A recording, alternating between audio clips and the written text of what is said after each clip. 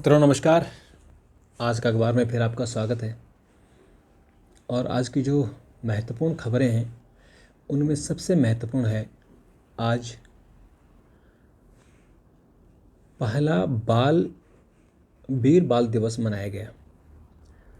मित्रों, ये कहने को तो बहुत साधारण सी बात है, लेकिन आज 1705 में आज ही के दिन सिखों के तीसरे गुरु महाराज गुरु गोबिंद सिंह जी के दो पुत्रों जोरावर सिंह और फतेह सिंह को आनंद साहिब में जिंदा दीवारों पर चिनवा लिया गया था। ये सबसे दुखद और ऐसी शहादत है, ऐसी कुर्बानी दी है हमारे गुरुजी महाराज ने। तो आज वीर बाल दिवस के रूप में मनाने का प्रधानमंत्री नरेंद्र मोदी ने घोषणा की थी और आज शहीदी दिवस है। आज ही के दिन 26 दिसंबर 1705 में दोनों साहिबजादों को, जोरावर सिंह जी और फतेह सिंह जी को, दोनों बालकों को दीवार पर औरंगजेब ने चिनवा लिया था। इसके पीछे की कहानी ये है कि औरंगजेब जब पूरे देश पर राज करना चाहता था, लेकिन वो जो सिखों का इलाका था, सिखों का साम्राज्य था, उसे वो हरा नहीं पा रहा था। तो जैसे गुरु तेग बहादुर जी का उसने शीश काट दिया था, क्योंकि उन्होंने कश्मीरी पंडितों की, उनके संरक्षण की मांग उठाई थी, धर्मांतरण का विरोध किया था। और फिर गुरु गोबिंद सिंह जी ने जब चमकौर साहिब और सरहिंद में उनसे दो युद्ध लड़े थे, 1702 में और 1704 में, इन दोनों युद्धों में गुरु गोबिंद सिंह जी जीते थे और औरंगजेब बौखला गया था कि मैं उन्हें हरा नहीं पा रहा हूँ। तो इसी युद्ध में, चमकौर साहिब के युद्ध में, जो गुरु साहिब के दो बालक थे, इसमें एक जुझार सिंह थे जो इस युद्ध में शहीद हो गए थे, और अजीत सिंह जो उनके दो बेटे थे वो इस युद्ध में शहीद हुए थे चमकौर साहिब में। और जो दो बेटे छोटे थे उनको औरंगजेब ने पकड़ के आनंद साहिब में दीवार पर चिनवा दिया था। तो इतनी बड़ी कुर्बानी, इतनी बड़ी शहादत, इतनी बड़ी कुर्बानी जो हमारे सिख गुरुओं ने दी है, उसकी कोई मिसाल नहीं हो सकती।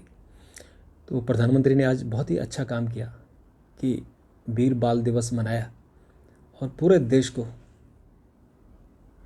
सिखों के प्रति, सिख गुरुओं के प्रति नतमस्तक रहना चाहिए और उनका जो एहसान है इस देश पर, उसको, उस एहसान का कभी नहीं भूलना चाहिए। और जो बीच बीच में कुछ ऐसे तनावपूर्ण शब्द कहे जाते हैं उन पे नहीं बोला जाना चाहिए, क्योंकि जो उन्होंने कुर्बानी दी है वो इस देश के लिए दी है। मित्रों, तो दूसरी खबर है कि उत्तर भारत में प्रचंड ठंड आ गया है। शीत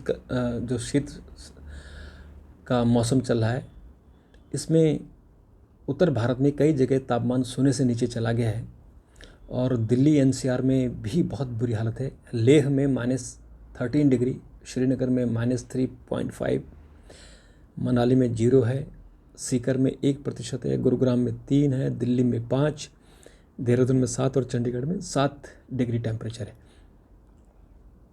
तो कड़ाके की ठंड है, सब अपना ध्यान रखें। और जो कि डर है कि कोविड का भी असर है, तो उसका भी ध्यान रखें। जापान में भारी बर्फबारी हो गई है और 17 लोग मारे गए। तो जापान में इस तरह से बर्फबारी होती नहीं थी।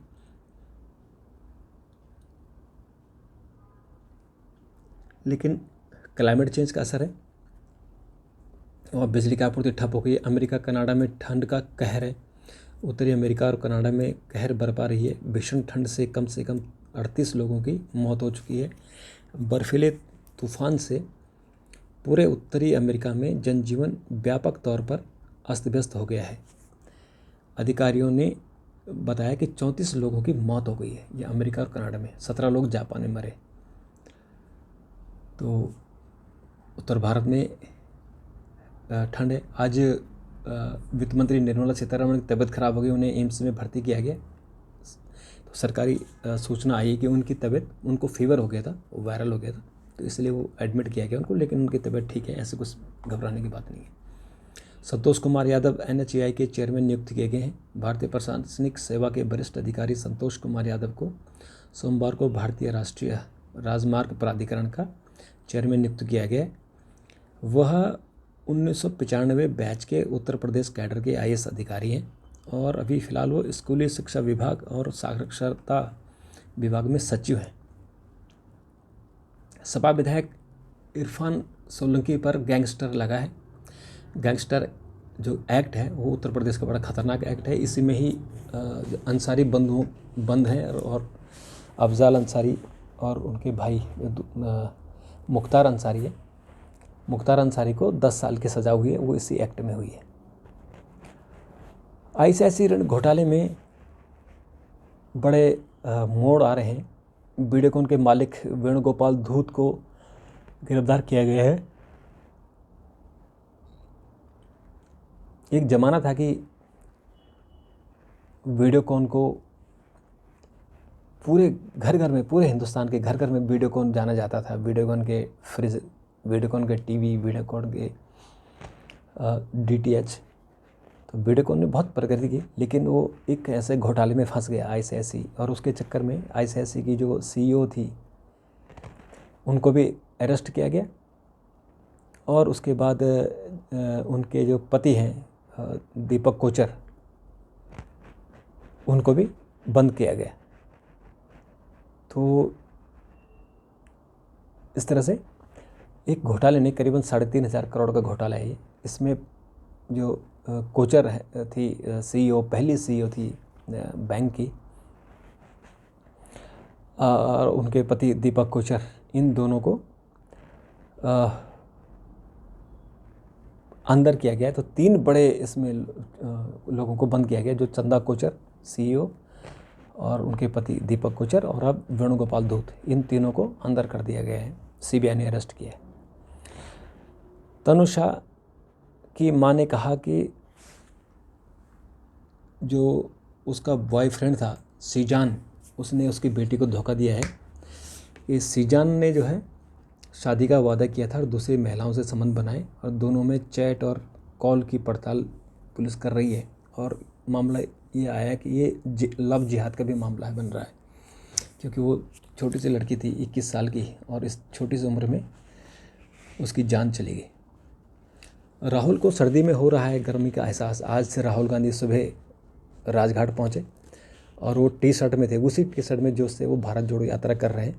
और कल उनकी भारत जोड़ो यात्रा रविवार को दिल्ली पहुंची थी, और आज उन्होंने राजघाट गए, और अब 1 हफ्ते की उन्होंने छुट्टी ली है, क्योंकि ठंडी का मौसम है। तो वो कह रहे हैं कि 1 हफ्ते बाद फिर यात्रा को रिज्यूम करेंगे, फिर आगे चलेंगे।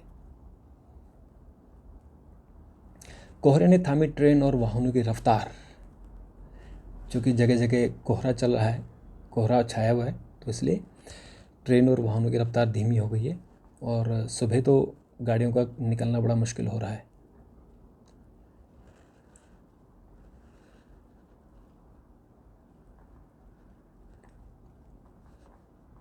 इसके अलावा मित्रों, जो कुछ महत्वपूर्ण खबरें हैं, जैसे आपके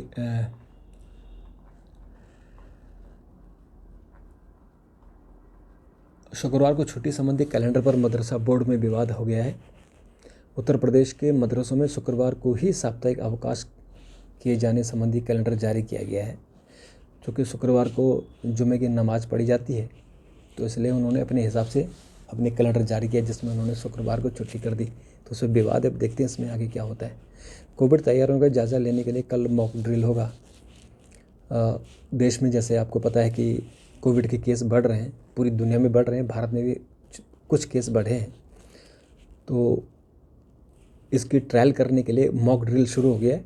कल सभी जगह, सभी हॉस्पिटलों में, राज्यों में मॉक ड्रिल होगा, और ये देखा जाएगा कि कौन सा राज्य कितनी तैयारी कर रहा है। अगर ऐसी लहर आ गई जैसे चाइना में है, चाइना में बताते हैं कि 25 करोड़ लोग संक्रमित हैं, तो इसलिए उनको किस लेवल तक उन्होंने तैयारी की, उस पर उसका पता लगेगा। बीएमसी अफसर लॉकडाउन के दौरान 5 सितारा होटल में ठहरे, खर्च किया 35 करोड़ रुपए। भाजपा विधायक ने भारत सरकार को लिखा पत्र। इनको कहना है कि जब कोरोना से निपट रहे थे तो वो लॉकडाउन के दौरान कुछ अफसर 5 स्टार होटल में बंद थे और उसमें 35 करोड़ रुपए उस दौरान खर्चा है, तो उन्होंने कहा कि इसकी जांच की जानी चाहिए। हमला करने वालों को जवाब देने का अधिकार है हिंदुओं के पास। साध्वी प्रज्ञा सिंह ठाकुर कह रही हैं कि आत्मरक्षा के लिए अपने घरों में धारदार चाकू रखें, लव जिहाद में शामिल लोगों को उसी तरह से जवाब दें। तो इनका काफ़ी दिनों से बहुत चर्चित हैं, इस तरह के बयान दे रही हैं। कानून अपना काम करेगा, कोई भी अब कानून अपने हाथ में न ले। उपभोक्ता मंत्रालय में 10 साल में सिर्फ एक परीक्षा और 4 नियुक्तियां हुई हैं। ये केंद्रीय ग्रामीण विकास एवं उपभोक्ता मामलों, खाद्य सार्वजनिक वितरण राज्य मंत्री साध्वी ज्योति ने संसद में एक क्वेश्चन के जवाब में कहा था कि उपभोक्ता मंत्रालय में सिर्फ 10 साल में सिर्फ एक परीक्षा हुई और 4 नियुक्तियां हुई हैं। और एक तरफ हम कह रहे हैं कि हम रोज़गार पैदा कर रहे हैं, लोगों को रोज़गार दे रहे हैं, और एक तरफ इस तरह से आंकड़े हैं। कश्मीरी शिकारा मालिकों के लिए पुनर्वास नीति बनाने की सिफारिश। संसद की एक स्थायी समिति ने कश्मीर में ऐसे शिकारा मालिक के लिए पुनर्वास नीति तैयार करने की सिफारिश की है जो अपना पारंपरिक कारोबार छोड़कर आजीविका का वैकल्पिक अवसर तलाश करना चाहते हैं। संसद में हाल ही में पेश की इस रिपोर्ट में कहा गया है कि उनके लिए एक पॉलिसी होनी चाहिए।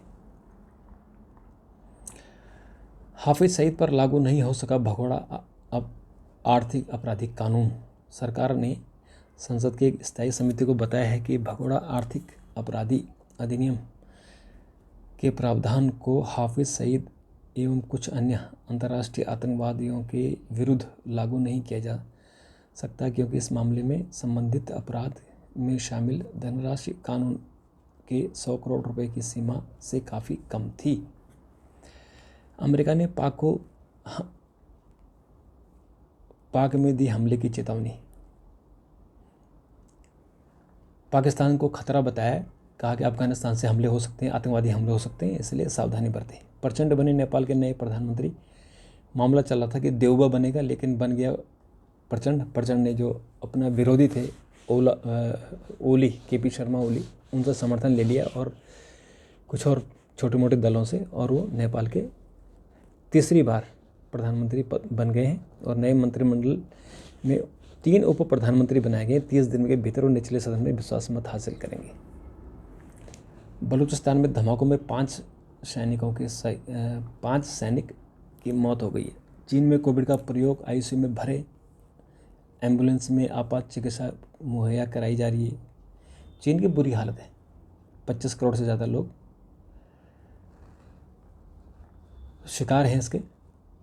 ऑस्ट्रेलिया ने दक्षिण अफ्रीका को एक 198 रन पर समेटा। ऑस्ट्रेलिया ने सर्वश्रेष्ठ टेस्ट क्रिकेटर पुरस्कार को मिला शेन वार्न का नाम। जो ऑस्ट्रेलिया का सर्वश्रेष्ठ टेस्ट क्रिकेटर पुरस्कार है, उसको शेन वार्न के नाम से रखा गया है। ये बड़ा अच्छा काम किया है। ज़रूरत से ज़्यादा सोचना एक धारणा है जो पदार्पण से पहले जुड़ी होती है।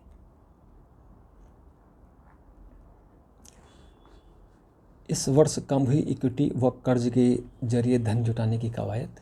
पुरानी पेंशन योजनाएं भावी पीढ़ी के लिए बोझ हैं। वर्ष 2022 में मुद्रास्फीति का लक्ष्य हासिल करने में नाकाम रहा रिजर्व बैंक। LIC हाउसिंग ने महंगा किया कर्ज।